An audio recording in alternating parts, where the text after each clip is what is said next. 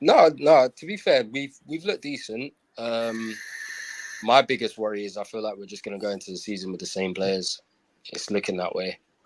Aren't you looking at getting De Jong? We're Do never you know gonna what? get him. We're never This gonna young get is him. annoying, man. We're never gonna get him. His I wage don't is think you too should much. go for him. Neither do I. Neither do I. I just think we've tried 3 times. He said no to us 3 times. Let's leave him alone. Let's leave him alone and find I somebody think else. because of like his profile, I don't think you need that in the team. Yeah. I think you need someone who can, because you don't really play with a pivot, not really. No. You need someone who could at least has the legs to play a lone six. So you know that geezer from Atalanta, Emerson. Yeah, Edison. Yeah, I don't. To be honest with you, I don't really. He's not someone that I particularly want, if I'm honest. But I hear what you're saying in terms of the profile. I think Frankie De Jong's profile, for me, I would always sign Frankie De Jong because I think he's a quality player. But I think the profile in terms of what Man United are looking to do now, he's not that profile in terms. You know what I mean? Because you need someone that's very mobile, strong in the midfield, and obviously there's talks about Ugarte. Again, Ugarte is more of a ball winner. And what do you obviously, want? What do you think you need though? So for me, Man United needs someone that is defensively disciplined, good on the ball, and that's a ball winner for me. And I look at someone like Youssef Fofana from Monaco. I think he's the ideal profile because he's physical. You know, he can travel with the ball. In terms of his defensive actions, he's quite disciplined in that sense as well. And I think the main thing is he's in his last year of his contract, so you can at least get him for like 30 mil. So I think someone like him would be ideal. Frankie De Jong, as I said, I would always go for a Frankie De Jong, but I think because of the wages on as well, because I think he's on about 600 grand a week at Barcelona. So for him coming to Man United, he's not going to take anything less than that, really, is he? Or if he's gonna drop off, he's gonna obviously stretch Man United's wage budget. So how much did you say he's on? He's on 600 grand a week at Barca. Yeah, he's their highest paid player. He's a good player, but it's not worth that. No way. Like, he's not worth that. And obviously, he's been injured as well. And the matter of fact is, he's someone that, you know, on his day, he is arguably one of the best midfielders in the world on his day. But I think coming to Man United in the way that Man United look like they want to play, maybe it's like they may have missed the boat on that one probably. But yeah, I do like him though. I do like him. I think it's the wrong profile that for you guys. If that's if you guys want to keep Kobe and Bruno, it's the wrong kind of signing. Ugarte would have been a really good one. Fofana would have been a really good one, just because you need someone who's got legs who can actually run back. So you know when you get played down the side and someone's going to cut it in, and people need to track their runners, you need someone who can run.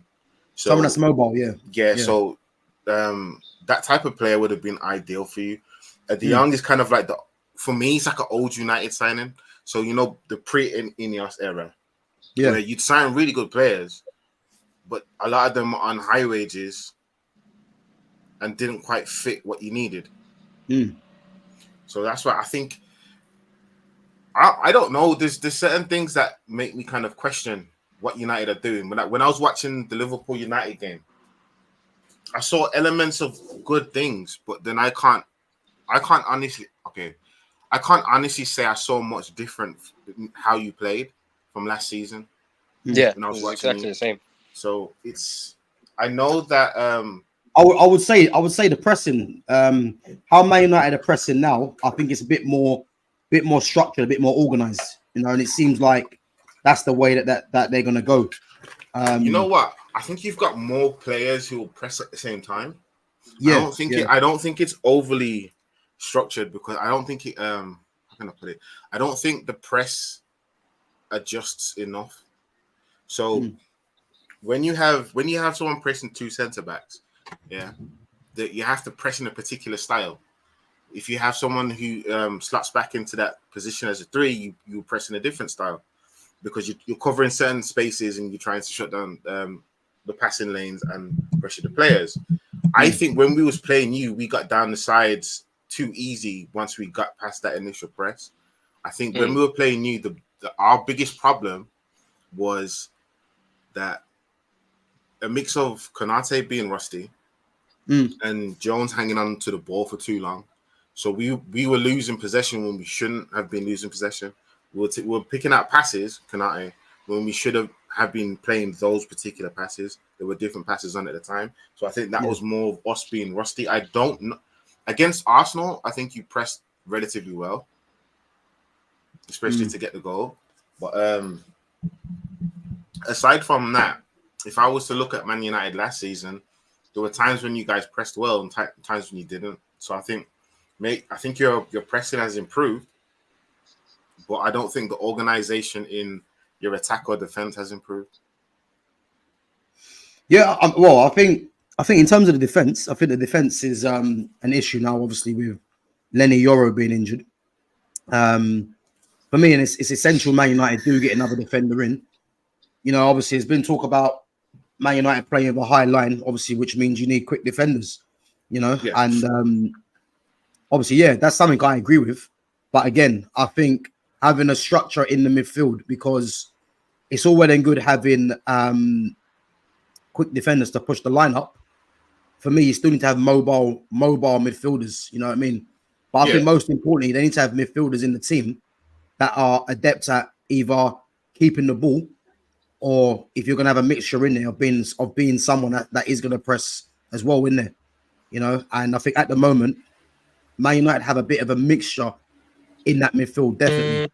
So if you look at all their midfielders right now, for instance, there's not one midfielder there that's good in the first phase, and you've got a lot of midfielders there really that are more effective off the ball. You know, you'd probably say Kobe. I wouldn't put Casemiro in there because Casemiro is a bit more defensive. Yeah. And then obviously again, Eriksen doesn't really play, so you're looking at McTominay, Bruno, Mount, who are 3 players that have been playing the majority of the games from last season or this season. He's one reason why I think you pressed better. Who's that? Mount. Yeah. He'll run all day. But the issue is you can't like, he's gonna play Bruno because he's made Bruno the captain. Yeah, you can't play Bruno and Mount in the same midfield. So how are you gonna fit in Mount if you want to go with this pressing midfield? That's for me. That's been the irritation for everyone's preseason at the moment. Apart from Chelsea, Chelsea had most of their players, so you could see more or less what they're gonna do. Yeah, United, Liverpool, Arsenal, Man City all have a ton of players coming back now into training now. So we ain't gonna really see what our teams are gonna look like until these last 2 preseason games and your Charity Shield match. Yeah. So I think when it comes to Man United, it's kind of, on one hand, I don't want to judge you guys too early because I do think you guys have improved. And that could be by virtue of sticking with the same manager. So people are learning, becoming more comfortable in their roles. But I do think that you have like a glaring hole in the middle of the park that needs fixing. I think in your defense, De Ligt would have been a good option. I think Yoro, I was just surprised that you guys were looking to start Yoro, but when I started reading stories about that was what he was looking for, then if you guys trust him and think he's good enough, if he's good enough, he's ready to play, basically. So, but the thing is, the manager made a mistake because Yoro wasn't even training before the Arsenal game, and then he throws him in there, and now he's out for 3 months. So, again, that's Yoro wasn't even training. Wasn't he in partial training? No, he wasn't training. He wasn't training. The manager just threw him in. No, he wasn't training. The manager just threw him in, and obviously, now he's out for 3 months. So again, it was a meaningless game that he done that, and now United are paying for it. And in a sense, though, you know what? Yeah, even though he's injured now, it could be beneficial for him because obviously he's 18, was bought for the amount of money he was bought for. And I think all the pressure would have been on him. So now when he does come back, obviously the season would have already been started. Yeah. He can kind of just find his way rather than having all the pressure on him. Do you know what I mean? think it'll depend on the situation. For example, if you buy another defender, it doesn't have to be just a competent defender, yeah? Yeah. And you're in an okay position by the time he comes back.